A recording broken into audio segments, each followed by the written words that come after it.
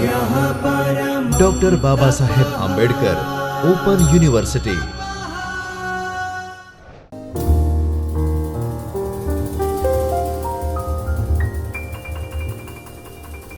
स्वाध्यायः परमं तपः।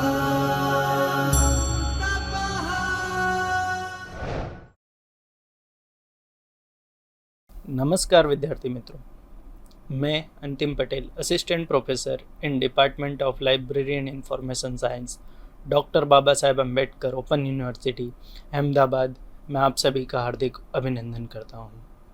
आज हम इस वीडियो लेक्चर सीरीज़ में paper ML2-101 information source services and systems के बारे में चर्चा करेंगे।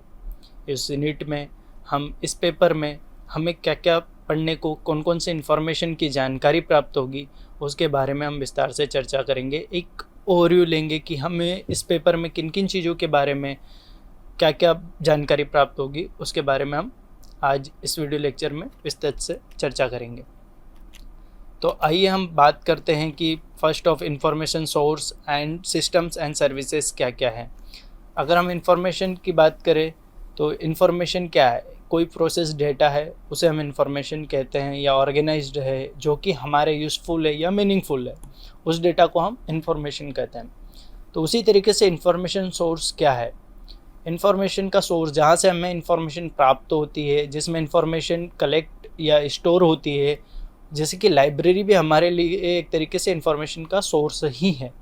इसी तरीके से हम इंफॉर्मेशन सोर्स की बात करें तो is a source of information for somebody. कोई सोर्स है किसी और के लिए, जैसे कोई मुझसे इंफॉर्मेशन प्राप्त कर रहा है तो मैं उसके लिए इंफॉर्मेशन का एक सोर्स हूँ। जैसे यूट्यूब इंफॉर्मेशन का एक सोर्स है, कोई यूट्यूब से इंफॉर्मेशन प्राप्त करता है किसी वेबसाइट से, तो वो उसके लिए एक तरीके से इंफॉर्मेशन का सोर्स हो गया है। Anything that might inform a person about something और प्रोवाइड नॉलेज टू समबडी। कोई किसी को किसी बारे में जानकारी प्रदान करता है या उसे कोई सी इन्फॉर्मेशन या कोई सा नॉलेज देता है। इन्फॉर्मेशन सोर्स में भी ऑब्जर्वेशन से भी हमें कोई सा इन्फॉर्मेशन प्राप्त हो जाती है कि जैसे हम पेड़ हिल रहे हैं या कोई भी जानकारी हमें मोस्टली पेड़ों को ऑब्जर्व करके, पक्षियों को ऑब्जर्व करके बहुत सारे लोग जानकारी उनके बारे में हमें तो नहीं पता होता ना, वो बताते हैं, बट हम उन्हें ऑब्जर्व करते हैं कि उनकी दिनचर्या क्या है, किस तरीके से वो क्या करते हैं, किस तरीके से वो अपना भोजन होता है, क्या खाते हैं, किस तरीके से घोंसला बनाते हैं। तो उन चीज़ों के बारे में हम ऑब्जर्वेशन से जानकारी प्राप्त करते हैं, तो वो भी हमारे लिए एक तरह इन्फॉर्मेशन का सोर्स हो गया है। स्पीचेस, कोई बोल रहा है तो उसकी स्पीच से हम इन्फॉर्मेशन लेते हैं। देन डॉक्यूमेंट्स, पिक्चर्स के फॉर्म से, ऑर्गेनाइजेशन, जैसे पहले ही जो भी हमारे गुफाएं होती थी उनमें पिक्चर्स के फॉर्म में दिखाया गया था कि वो शिकार किस तरीके से करते थे, तो उससे हमने इन्फॉर्मेशन लेके बुक्स या नॉलेज में हमने उसे कन्वर्ट किया। देन इंफॉर्मेशन सिस्टम्स क्या होते हैं? जो इस इंफॉर्मेशन को कलेक्ट करते हैं, स्टोर करते हैं, डिस्ट्रीब्यूट करते हैं या प्रोवाइड कराते हैं सबको और अपडेट रखते हैं अप टू डेट, तो उन्हें हम इंफॉर्मेशन सिस्टम्स कह सकते हैं।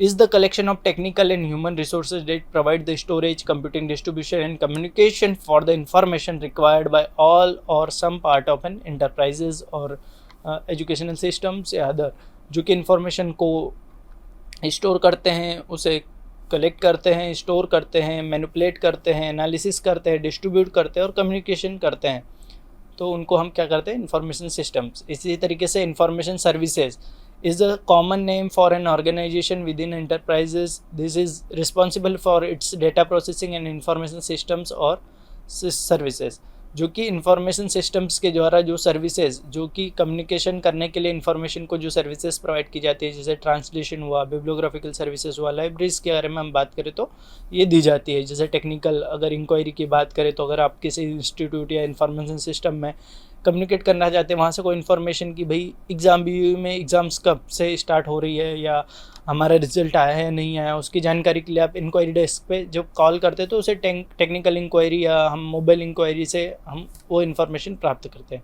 तो वो इंस्टीट्यूट की वो एक सर्विस हो गई, तो उसके बारे में हम चर्चा करते हैं। तो इसी तरीके से हम स्ट्रक्चर ऑफ पेपर का स्ट्रक्चर देखें कि information sources, systems and services paper का स्ट्रक्चर किस तरीके से बताया गया है। तो इसमें हम बात करेंगे 2 पार्ट्स में, आपको 2 बुक्स के फॉर्म में प्रोवाइड की जाएगी, 2 पार्ट्स में, जिसमें 4 ब्लॉक्स अवेलेबल हैं और उन 4 ब्लॉक्स के अंदर 19 यूनिट्स है। तो हम 19 यूनिट्स में इस प्रॉपर एक पेपर को पढ़ेंगे। इसी में हम आगे चर्चा करते हैं कि किस तरीके से 4 ब्लॉक्स, कौन कौन से 4 ब्लॉक्स हैं। और फर्स्ट पार्ट में जो 2 ब्लॉक्स हैं उनमें फर्स्ट है इंफॉर्मेशन इंस्टीट्यूट्स, इंफॉर्मेशन के इंस्टीट्यूशंस कौन कौन से उनके बारे में हमें जानकारी प्राप्त होगी। कि then information sources, systems and programme, unit 2 में हमें इंफॉर्मेशन सोर्सेज कौन कौन से, सिस्टम्स क्या क्या है, प्रोग्राम्स क्या है, उनकी जानकारी प्राप्त होगी। देन इसी तरीके से पार्ट 2 में हम बात करेंगे इंफॉर्मेशन प्रोडक्ट्स एंड सर्विसेज, जो कि हमारा ब्लॉक 3 है। इंफॉर्मेशन प्रोडक्ट्स क्या है, सर्विसेज क्या है, उसकी जानकारी प्राप्त होगी। देन ब्लॉक 4 में हम बात करेंगे इंफॉर्मेशन इंटरमीडिएटर्स की, इंफॉर्मेशन को कौन कौन किस किस तरीके से प्रोवाइड कराया जाता है, उसके बारे में हम चर्चा करेंगे। इसी तरीके से हम ब्लॉक 1 इंफॉर्मेशन इंस्टीट्यूशन, जो जिस इंफॉर्मेशन इंस्टीट्यूशन जैसे एजुकेशनल इंस्टीट्यूशन होते हैं जहाँ एजुकेशन प्रोवाइड की जाती है, ऐसे इंफॉर्मेशन इंस्टीट्यूशन जहाँ से हमें इंफॉर्मेशन प्राप्त होती है, उन्हें हम इंफॉर्मेशन इंस्टीट्यूशंस कह सकते हैं। तो उनका इवोल्यूशन कैसे हुआ, ग्रोथ कैसे हुई, फंक्शंस क्या क्या हैं, टाइप्स क्या है, सर्विसेज क्या है, उनके बारे में, उनके ऑब्जेक्टिव्स क्या है, उसके बारे में हम चर्चा करेंगे। इवोल्यूशंस ऑफ इंफॉर्मेशन इंस्टीट्यूशन का इवोल्यूशन कैसे हुआ, टाइप्स ऑफ इंफॉर्मेशन इंस्टीट्यूशन क्या है, जैसे डॉक्यूमेंटेशन सेंटर्स है, इंफॉर्मेशन एनालिसिस सेंटर्स है, डेटा कलेक्शन सेंटर्स है, लाइब्रेरीज़ है, उनके बारे में हम चर्चा करेंगे कि उन सेंटर्स के ऑब्जेक्टिव्स क्या हैं और उनके बारे में वो किस तरीके से वर्क करते हैं, उनका सर्विसेज किस तरीके की सर्विसेज प्रोवाइड करते हैं, उसके बारे में हम चर्चा करेंगे। इंडियन सिचुएशंस में कौन कौन से, जैसे रिसर्च एंड इंफॉर्मेशन सिस्टम्स की, जो रिसर्च कर इंफॉर्मेशन सिस्टम्स है उनके बारे में हम चर्चा करेंगे। Then institutional buildings, human resources क्या क्या है उसमें, role of institution in knowledge based economy में उनका रोल्स क्या क्या है इंस्टीट्यूशन का, उसके बारे में कि उसमें जो ह्यूमन रिसोर्सेज है किस तरीके से है, उसके बारे में भी चर्चा करेंगे। इसमें हम यूनिट 2 की बात करें तो इंफॉर्मेशन सेंटर्स क्या हैं, टाइप्स क्या हैं उनके ऑर्गेनाइजेशंस किस तरीके से है, और उनके जो भी सर्विसेज क्या क्या है उनके बारे में हम चर्चा करेंगे कि वो technical inquiry, referral service, bibliographical service, literature search, या कौन कौन सी सर्विस हमें, ट्रांसलेशन सर्विस, ऐसी सर्विसेज हमें प्रोवाइड कराते हैं। तो उनके बारे में हम इंफॉर्मेशन सेंटर्स में चर्चा करेंगे कि कौन सा सेंटर किस तरीके के एक पर्टिकुलर सर्विस हमें प्रोवाइड कराता है।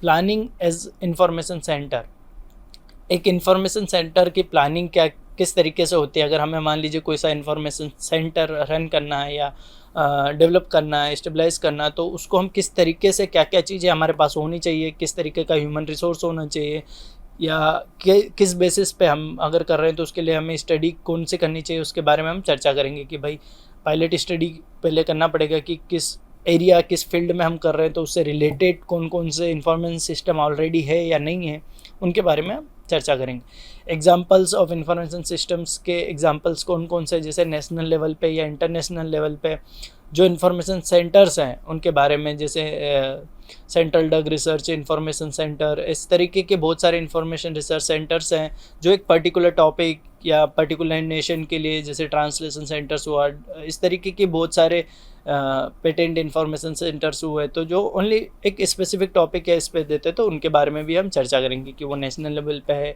या इंटरनेशनल लेवल पे वो सेंटर्स है, तो उनके बारे में हम यूनिट 2 में चर्चा करेंगे। देन यूनिट 3 की हम बात करें तो इसमें हम बात करेंगे data centres and referral centres. Data centres जो कि पर्टिकुलरली किसी डेटा पर वर्क करते हैं और डेटा कलेक्शन, डेटा स्टोर, उसको डेटा से ही इंफॉर्मेशन जनरेट करके लोगों को देते हैं। जैसे कि हमारा अगर हम बात करें तो इंडियन पॉपुलेशन का जो काउंटिंग होता है, तो किस तरीके से, तो घर घर जाके एक डेटा कलेक्ट करके उसके बेसिस पे हम पॉलिसी बनाते हैं कि हमारे यहाँ इतने मेल है, इतने फीमेल है, इस एज ग्रुप के अंदर इतने पीपल है, या अर्बन में इतने हैं, रूरल में इतने हैं, तो सिटी में, इस सिटी में इतने हैं, इस डिस्ट्रिक्ट में इतने हैं, तो उसके बेसिस पे एक इन्फॉर्मेशन मिलता है कि किस एरिया में क्या क्या चीज़ें हैं, किस तरीके से उनकी आमदनी है, सारी चीज़ें उसी आधार पर डिसाइड होती है, तो वो पॉलिसीज़ बनाता है। तो इसी तरीके से डाटा सेंटर्स का मोस्टली बेसिक काम क्या क्या है, उनकी जनरेशंस, कंपाइलेशन एंड डिसेमिनेशन किस तरीके से होता है डाटा का, डेटा सेंटर्स के वर्क क्या है, सर्विसेज क्या है, किस तरीके से काम करता है उनकी। अगर हम इसमें पढ़ेंगे committee on data for science and technology, को डेटा जिसे कहा जाता है, उसके बारे में। Then international and national data centres कौन कौन से हैं, तो उनके बारे में हम चर्चा करेंगे कि नेशनल लेवल और इंटरनेशनल लेवल पे कौन कौन से डेटा सेंटर्स हैं, उनका ऑब्जेक्टिव्स क्या है, फंक्शंस क्या हैं, सर्विसेज क्या है, और किस तरीके से किस टॉपिक या किस सब्जेक्ट एरिया पे वो हम करते हैं। Then socio economic data systems in India, socio economics data systems India में कौन कौन से, उसके बारे में भी हमें इस यूनिट में जानकारी प्राप्त होगी। देन हम बात करें तो रेफरल सेंटर्स की अगर हम बात करें तो जो हमें रेफ़र करते हैं, अगर हम उनसे कोई इन्फॉर्मेशन, उन्हें पता होती है कि वो इन्फॉर्मेशन हमें कहाँ से प्राप्त होगी, तो मोस्टली वो हमें उस पर्टिकुलर उस इन्फॉर्मेशन के डेस्टिनेशन पे रेफ़र करते हैं कि आप वहाँ से इन्फॉर्मेशन ले लीजिए।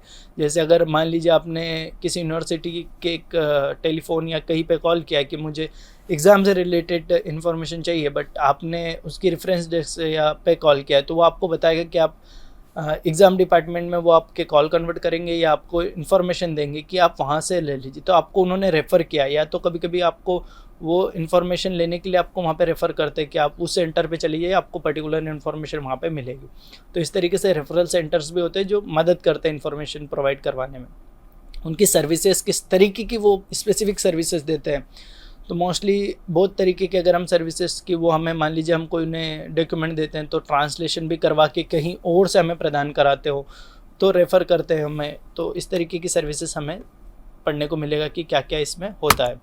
देन हम बात करें तो यूनिट 4 में हमें जानने को मिलेगा इन्फॉर्मेशन का एनालिसिस, कंसोलिडेशन एंड सेंटर्स कौन कौन से हैं, वो कि जो इन्फॉर्मेशन को कलेक्ट करते हैं, स्टोर करते हैं, उनका एनालिसिस कर देन उसको एक प्रॉपर फॉर्म में प्रोडक्ट करके या कंसोलिडेट करके हमें किस तरीके से वो सर्विस प्रोवाइड कर रहे थे, तो उनके बारे में हम यहाँ इस यूनिट में चर्चा करेंगे।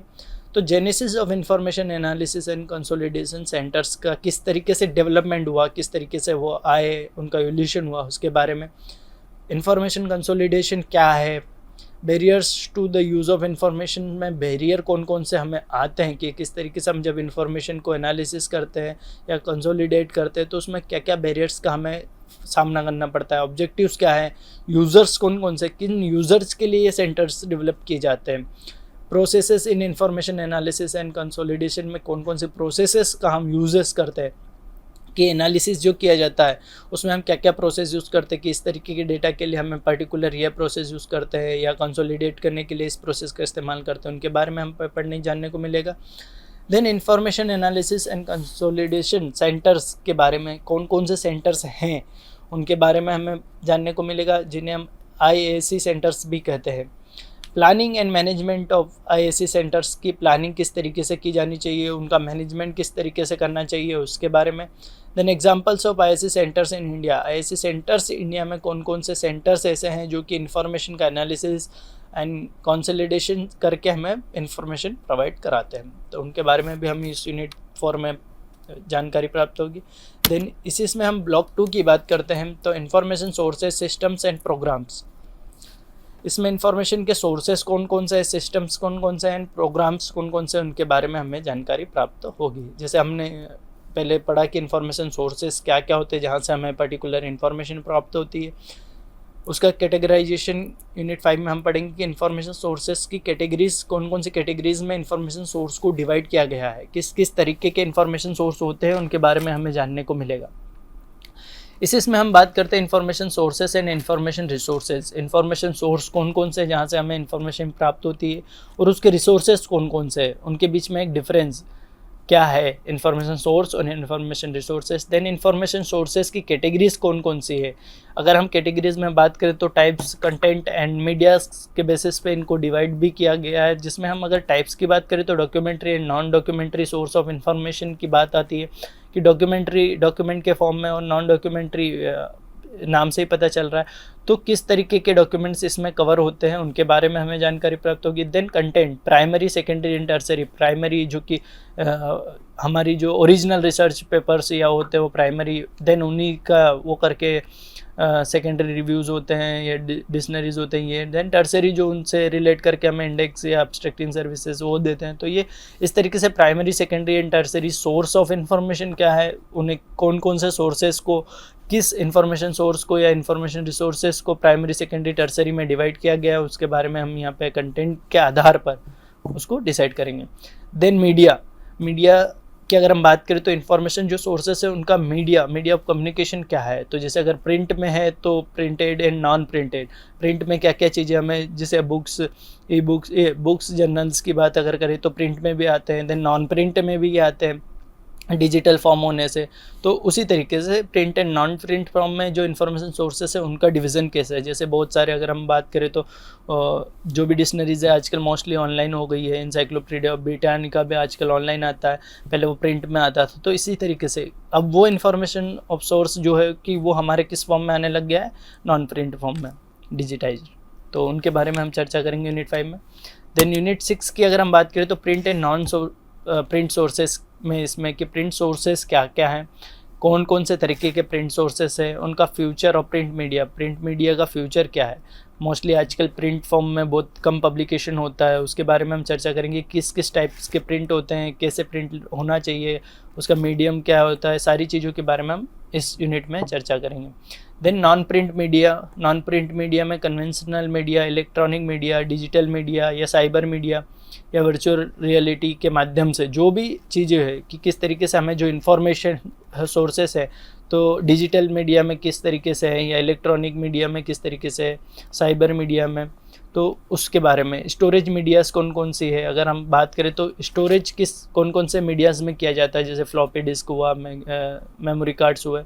तो उन सारी चीज़ों की कि हम इंफॉर्मेशन किन में स्टोर करते हैं, तो उसके बारे में हम इस यूनिट में चर्चा करेंगे। तो आइए हम आगे नेक्स्ट यूनिट में बात करते हैं। Unit 7 national information systems and programme. National level पे जितने भी हमारे इंफॉर्मेशन सिस्टम्स एंड कौन कौन से प्रोग्राम्स चल रहे हैं उनके बारे में हम इस यूनिट में चर्चा करेंगे।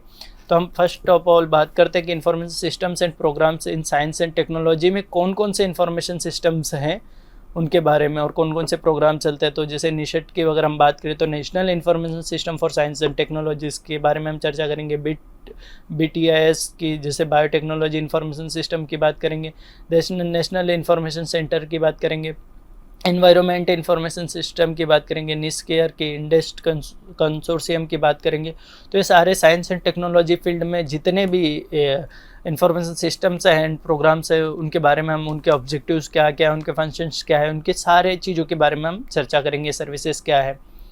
देन आता है information systems and programmes in social sciences. Social sciences में कौन कौन से प्रोग्राम्स किए जाते हैं, जैसे ICSSR, UGC inter university centre for international studies. इनके बारे में हम मोस्टली चर्चा करेंगे, इन दो के बारे में कि वो क्या है, किस तरीके से उनके ऑब्जेक्टिव्स है, वो हमें जानने को मिलेगा। Then information systems and programmes in humanities में कौन कौन से है, जैसे कि IGNCA है, NMM है, नेशनल मिशन, ICCR है, नेशनल आर्काइव्स ऑफ इंडिया है, central institute of Indian languages है। इसी तरीके से बहुत सारे जो ऑर्गेनाइजेशन जो इंफॉर्मेशन सिस्टम्स ह्यूमैनिटीज़ एरिया में वर्क कर रहे हैं उनके बारे में हमें जानकारी प्राप्त होगी। आइए हम बात करते हैं unit 8 global information systems and programme. जो ग्लोबल लेवल पे जो पूरे विश्व के लिए जो इंफॉर्मेशन सिस्टम्स काम करते हैं उनके बारे में हमें पढ़ने को मिलेगा कि कौन कौन से ऐसे इंफॉर्मेशन सिस्टम्स है जो globally world wide information provide करते हैं, वहाँ से वर्ल्ड से सारी इंफॉर्मेशन कलेक्ट करते हैं और उसे कलेक्ट करके स्टोर करते हैं, देन उसे कम्युनिकेट करते हैं।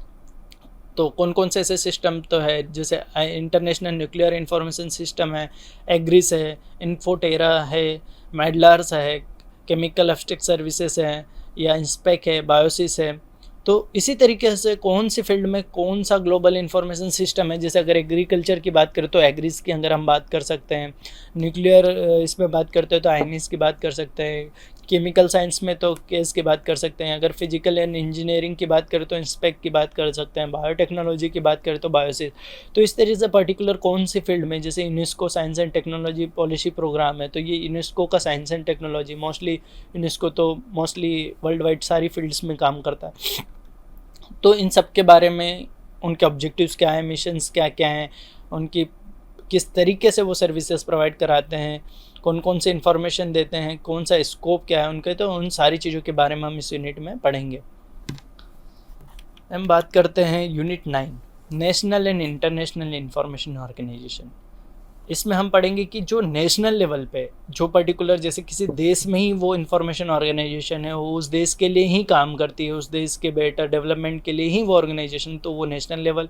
बट इंटरनेशनल उस पर्टिकुलर फील्ड या पर्टिकुलर टॉपिक पे उस पूरे नेशन पे वो काम करती है उस सब्जेक्ट एरिया में। तो हम मोस्टली हमारे टॉपिक में कौन कौन सी नेशनल इंफॉर्मेशन ऑर्गेनाइजेशंस है और कौन सी इंटरनेशनल इंफॉर्मेशन ऑर्गेनाइजेशंस है उनकी चर्चा करेंगे। तो अगर हम बात करें तो निस्केयर, हाँ, निस्केर के बारे में पढ़ते हैं हमारे नेशनल लेवल पे, जो कि national institute of science communication and information resources की अगर हम बात करें तो ये निस्केर जो होता है वो इस पर चर्चा करता है। Then NASSDOC, national social science and documentation centre की अगर हम बात करें, देन डेसीडॉक, तो ये सारे नेशनल लेवल के इंफॉर्मेशन सिस्टम्स हैं।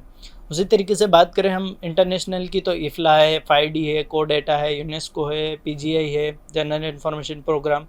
तो इन सब के बारे में हम पढ़ेंगे कि इन जो ऑर्गेनाइजेशंस है किस तरीके से काम करती है और किस स्कोप क्या है इन ऑर्गेनाइजेशंस का, क्या क्या सर्विसेज देती है और कौन सी फील्ड्स पर ये पर्टिकुलरली रिसर्च कर रही है, उसके बारे में हम चर्चा करेंगे।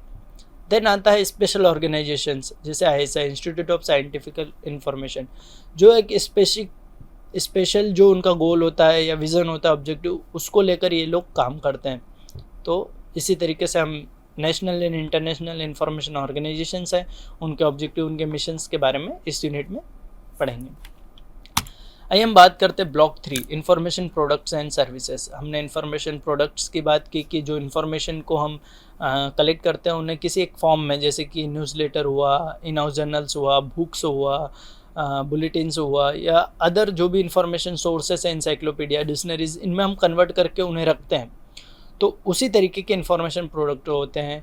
और सर्विसेज क्या है, ब्लॉक 3 में हम उनके बारे में चर्चा करेंगे। तो इसमें ही हम यूनिट 10 की बात करते हैं, इंफॉर्मेशन प्रोडक्ट्स है, जिसमें पार्ट 1 में हमने कवर किया है newsletters, in house journals, trade and product bulletin. Newsletter क्या है, उसमें कौन किस तरीके की इन्फॉर्मेशन आती है। जैसे मान लीजिए अगर हम एग्जांपल की बात करें तो न्यूज़लेटर, जैसे doctor Baba Saheb Ambedkar open university है, ये अपने ही यूनिवर्सिटी की मान लीजिए अगर मंथली निकालती है, वीकली निकालती है, या ईयरली निकालती है, बाय मंथली निकालती है, बाय एनुअली निकालती है, तो किस तरीके से वो उसके, जैसे ईयरली में न्यूज़लेटर है तो ईयरली उसकी कितनी इन्फॉर्मेशन है, ईयर में उसने क्या क्या प्रोग्राम्स किए हैं, क्या क्या उसने वर्क किया है, क्या क्या अचीवमेंट्स हुए हैं, क्या अवार्ड्स उसे प्राप्त हुए हैं, कौन कौन से इवेंट्स ऑर्गेनाइज किए हैं, कौन से सेमिनार, कौन से कॉन्फ्रेंसेस। तो उन सारी चीज़ों के बारे में, उनके बारे में, उनके एडमिशन प्रोसेस क्या है वो भी हो सकता है, कितने बच्चों ने एडमिशन लिया, वो सारी डिटेल्स वो एक न्यूज़लेटर में कंपाइल करते हैं, देन उसे पब्लिश करते हैं। तो वो उस तरीके से उस इंस्टीट्यूशनल न्यूज़लेटर हो गया। तो ये सारी चीज़ें होती है, कोई संस्था है, कोई कंपनी है, तो वो भी अपना न्यूज़लेटर इस तरीके से। तो इसी तरीके से अगर हम बात करें इन हाउस जर्नल्स, जो इन हाउस पब्लिकेशन होते हैं, जैसे कि यूनिवर्सिटी का हमारे अगर हम बात करें तो चेतन जर्नल है, तो ये हमारा इन हाउस पब्लिकेशन है, हमारी यूनिवर्सिटी का पब्लिकेशन है। तो ये हमारे लिए इन हाउस पब्लिकेशंस हो गए, जर्नल्स हो गया। ट्रेड एंड प्रोडक्ट बुलेटिन्स हो गए, तो जो ट्रेडिंग करने के लिए बुलेटिन्स प्रोवाइड की जाती है। जैसे कोई कंपनी अगर मान लीजिए वो इंफ्रास्ट्रक्चर, कोई फर्नीचर क्रिएट करता है, तो फर्नीचर का उन्होंने एक बुलेटिन बनाया, उसमें सारी चीज़ें हैं, तो वो उसका ट्रेड हो गया बुलेटिन। तो उन्हीं के बारे में हम यहाँ चर्चा करेंगे कि उस तरह में कौन सी इन्फॉर्मेशन, किस तरीके की इन्फॉर्मेशन उनमें होती है, उसके बारे में हम चर्चा करेंगे यूनिट 10 में। देन हम बात करते हैं यूनिट 11, इन्फॉर्मेशन प्रोडक्ट पार्ट 2 में बात करेंगे reviews and related publication. Reviews क्या है, उससे रिलेटेड पब्लिकेशंस क्या है, जैसे बुक रिव्यूज़ किया, जर्नल आर्टिकल रिव्यूज़ किया, या कोई भी हम चीज़ को रिव्यू करते हैं तो उसके बारे में, उसके पब्लिकेशन किस तरीके के होते हैं, state of the art reports क्या क्या होती हैं, स्टेटिस्टिकल रिव्यूज़ क्या होते हैं, ट्रेंड रिपोर्ट्स क्या होती है, टेक्निकल डाइजेस्ट क्या क्या होते हैं, जो टेक्नोलॉजी पे, मान लीजिए डाइजेस्ट मतलब क्या है कि कोई टेक्नोलॉजी आई है, कोई इन्फॉर्मेशन है, उसका हम एक पर्टिकुलर संक्षिप्त रूप में डाइजेस्ट करके उसे एक इन्फॉर्मेशन प्रोवाइड कराते हैं। तो इस तरीके के जितने भी इन्फॉर्मेशन प्रोडक्ट्स हैं उनके बारे में हम जानकारी प्राप्त करेंगे इस यूनिट में, कि क्या है वो, किस तरीके से डेवलप किए जाते हैं, उनमें कौन सी इन्फॉर्मेशन होती है, क्या क्या होना चाहिए, क्या क्या नहीं। तो उन सारी चीज़ों के बारे में हम चर्चा करेंगे, क्योंकि हर चीज़ अलग है कि बुक में क्या आता है, जर्नल में क्या आता है। तो ऐसे ही रिव्यू, बुक रिव्यू में क्या चीज़ें आनी चाहिए, जर्नल आर्टिकल रिव्यू में क्या आनी चाहिए, टेक्निकल डाइजेस्ट में क्या चीज़ों को हमें कवर करना चाहिए, उनके बारे में हम चर्चा करेंगे यूनिट 11 में। इसी तरीके से हम यूनिट 12 की बात करते हैं तो इन्फॉर्मेशन सर्विसेज पार्ट 2, इसमें इन्फॉर्मेशन सर्विसेज क्या क्या हैं। जैसे लिटरेचर सर्च की अगर हम बात करें तो लिटरेचर सर्च क्या है, बिब्लियोग्राफी सर्विस प्रोवाइड की जाती है, वो क्या है, तो सर्च टेक्निक्स कौन कौन से यूज़ करते हैं, एंड टेक्निकल इंक्वायरी सर्विसेज भी दी जाती है। मैंने जैसे टेलीफोनिक की बात की थी। Document delivery services, document deliver किए जाते हैं, जैसे ILLB अगर हम बात करें तो एक डॉक्यूमेंट अगर या तो मेल के थ्रू या तो पोस्ट के थ्रू हम किसी भी लाइब्रेरी, किसी भी यूज़र को डॉक्यूमेंट डिलीवर कर सकते हैं। ट्रांसलेशन सर्विस के बारे में पढ़ेंगे कि अगर कोई मान लीजिए हमारा एक यूज़र है, उसे इंग्लिश नहीं आती है, मान लीजिए, बट उसे हिंदी आती है तो देन आप उसको इंग्लिश टू हिंदी कन्वर्ट करके दे सकते हैं। गुजराती आती है तो अगर कोई ट्रांसलेशन कर सकता है तो वो उस इन्फॉर्मेशन को इंग्लिश या अदर लैंग्वेज से कन्वर्ट करके गुजराती में कन्वर्ट करके यूज़र तक प्रोवाइड कर सकता है। तो वो सर्विसेज भी दी जाती है। तो वो सर्विसेज किस तरीके की होती है, उनको क्या कहते हैं, कौन से स्पेसिफिक इंफॉर्मेशन सेंटर्स में वो स्पेसिफिक सर्विस प्रोवाइड की जाती है। जैसे ट्रांसलेशन सेंटर्स की अगर हम बात करें तो मोस्टली वो ट्रांसलेशन सर्विस देंगे। बट अगर हम बात करें कि लिटरेचर सर्च एंड बिब्लियोग्राफिक, तो ये लाइब्रेरीज बहुत सारी मोस्टली लाइब्रेरीज दे सकती है डॉक्यूमेंट डिलीवरी से। तो इनके बारे में चर्चा करेंगे। देन हम यूनिट 13 की बात करें तो इंफॉर्मेशन सर्विसेज पार्ट 2, इसमें हम बात करेंगे applications of content analysis and information services कि कंटेंट एनालिसिस में कौन कौन से एप्लीकेशंस का यूज़ किया जाता है, इंफॉर्मेशन स्टोरेज और रिट्रीवल को कैसे किया जाता है, उसकी सर्विसेज क्या है एंड प्रोडक्ट्स क्या है, उसके बारे में चर्चा करेंगे। देन बात करेंगे customise organisation of information services. Then citation analysis based services and product. Citation analysis भी हम करके, जैसे बिब्लियोमेट्रिक साइंटोमेट्रिक एनालिसिस करके हम उन्हें इन्फॉर्मेशन प्रोवाइड कर सकते हैं कि इस इंस्टीट्यूशन के इतने पब्लिकेशंस हैं, इतने साइटेशंस हुए हैं, ये एच इंडेक्स है, ये सारी चीज़ें। Then ICT and customised organisation of information services. ICT के बेस पे हम जो भी इंफॉर्मेशन सर्विसेज देते हैं उनके बारे में यहाँ पर पढ़ेंगे। Then aids to information sources.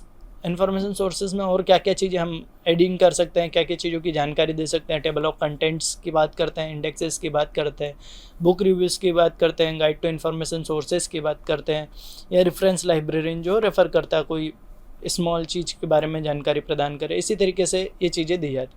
Then internet as a aid to information sources. एक तरीके से इंटरनेट के आने से बहुत सारा फ़ायदा हुआ है कि इन्फॉर्मेशन बहुत ईजीली हम यूज़र तक प्रोवाइड कर सकते हैं।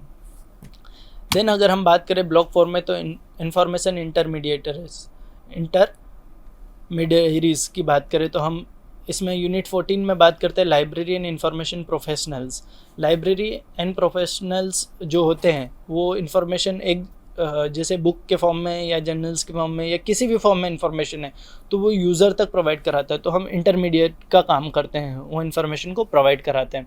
Then categories of library professional. किस तरीके की कैटेगरीज है लाइब्रेरी प्रोफेशनल की, उसके बारे में, जैसे हम क्लासीफायर है, कैटलॉगर है, रेफरेंस लाइब्रेरियन है, तो उनके बारे में चर्चा करेंगे। देन इंफॉर्मेशन प्रोफेशनल्स कौन कौन से हैं, क्या है। Categories of information professional, generators, gathers हैं, प्रोफेसर्स है, प्रोसेसर्स है, रिकॉर्डर्स करते हैं, कोई इन्फॉर्मेशन को रिकॉर्ड करता है, कोई डिसेमिनेट करता है, ट्रांसलेटर्स है। तो ये सारे तरीके से इंफॉर्मेशन के बारे में हम चर्चा करेंगे इस यूनिट में। इस तरीके से हम यूनिट 15 की बात करें तो इंफॉर्मेशन इंटरमीडिएटरीज में हम बात करें तो कैरेक्टरिस्टिक्स क्या है, फंक्शंस क्या है, टाइप्स ऑफ इंफॉर्मेशन इंटरमीडिएटरीज क्या है, इंफॉर्मेशन ब्रोकर्स क्या है, ऑनलाइन वेंडर्स है अगर, टेक्नोलॉजिकल गेट कीपर्स क्या है उसके बारे में, इनविजिबल कॉलेज क्या है, इंफॉर्मेशन फ़िल्टर्स क्या है। देन हम बात करेंगे आईसीटी एंड इंफॉर्मेशन इंटरमीडिएटरीज की बात करेंगे तो फिल्टरिंग सॉफ्टवेयर्स कौन कौन से हैं, जैसे एक्सपर्ट सिस्टम हमें मदद करता है। इंफॉर्मेशन इंटरमीडिएटरीज इन इंडिया में क्या क्या है तो उसके बारे में हम चर्चा करेंगे। इसी तरीके से हम बात करते हैं unit 16 database designer and manager. Database designer क्या है एंड मैनेजर्स कौन कौन है उनके बारे में हम चर्चा करेंगे। तो जिस तरीके से इंफॉर्मेशन सिस्टम्स एंड डाटाबेस, जो इंफॉर्मेशन सिस्टम्स को डिज़ाइन करते हैं या डेटाबेसेस को डिज़ाइन करते हैं उनके बारे में जानकारी प्राप्त करेंगे। Then database systems design and development, किस तरीके से डेटाबेस सिस्टम्स को डिज़ाइन और डेवलप किया जाता है, उसमें प्रोफेशनल्स कौन कौन से होने चाहिए इंफॉर्मेशन सिस्टम्स से, उसके बारे में चर्चा करेंगे, किस तरीके की उनकी स्किल्स होनी चाहिए। फिर इंफॉर्मेशन प्रोफेशनल्स और रिसोर्स पर्सन क्या है, किस तरीके से वो रिसोर्स पर्सन की तरह काम करते हैं। Then role of database designer and manager in training users, किस तरीके से, मान लीजिए कोई डेटाबेस डिज़ाइन तो कर दिया है बट प्रॉपर उसकी जब तक हम ट्रेनिंग नहीं देंगे कि यूज़र्स को, तो वो किस तरीके से उसे यूज़ करेंगे, तो उनका भी रोल किस तरीके से, उसके बारे में हम इस यूनिट में पढ़ेंगे। देन यूनिट 17 की बात करें तो डाटाबेस इंटरमीडिएटरीज की बात करें तो स्टेज ऑफ सर्च की स्टेज क्या क्या होनी चाहिए डेटाबेसेस में, प्री सर्च काउंसिल किस तरीके से होने चाहिए, सर्च स्ट्रेटजी क्या होनी चाहिए, या फॉलोअप किस तरीके से होना चाहिए उसके बारे में। As a role of intermediaries की बात करें तो हम as a searcher, as a editor किस तरीके से होगी वो उसके बारे में चर्चा करेंगे। रोल ऑफ एंड यूज़र क्या क्या है, या हम बात करें तो फ्यूचर क्या है इसका, तो इसके बारे में हम सारी चर्चाएँ करेंगे। इसी तरीके से हम यूनिट 18 की बात करें तो मीडिया पर्सन्स कौन कौन से, उनका रोल क्या है। मीडिया पर्सन्स भी इंफॉर्मेशन एक जगह से दूसरी जगह प्रोवाइड करते हैं। जैसे मास मीडिया के थ्रू हम इंफॉर्मेशन का कम्युनिकेशन बहुत इजीली करते हैं, टीवी, रेडियो, इनके थ्रू, न्यूज़पेपर के थ्रू।